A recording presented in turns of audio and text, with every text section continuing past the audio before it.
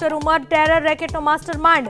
ફરીદાબાદમાં દરોડા બાદ વિસ્ફોટ ભરી આવ્યા હતા દિલ્હી। બ્લાસ્ટમાં ઉમરનું મોત।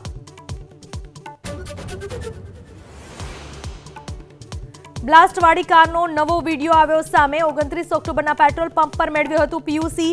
ડોક્ટર ઉમર જ બ્લાસ્ટવાળી કાર ચલાવતો હોવાનો સૂત્રોનો દાવો।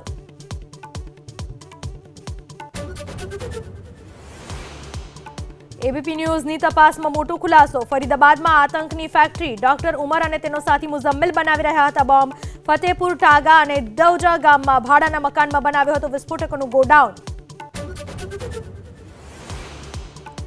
બિહારમાં આજે અંતિમ તબક્કાનું મતદાન। 20 જિલ્લાની 122 સીટો પર મતદાન માટે મતદારોની લાગી કતાર। 3 વાગ્યા સુધીમાં 60%થી વધુ મતદાન।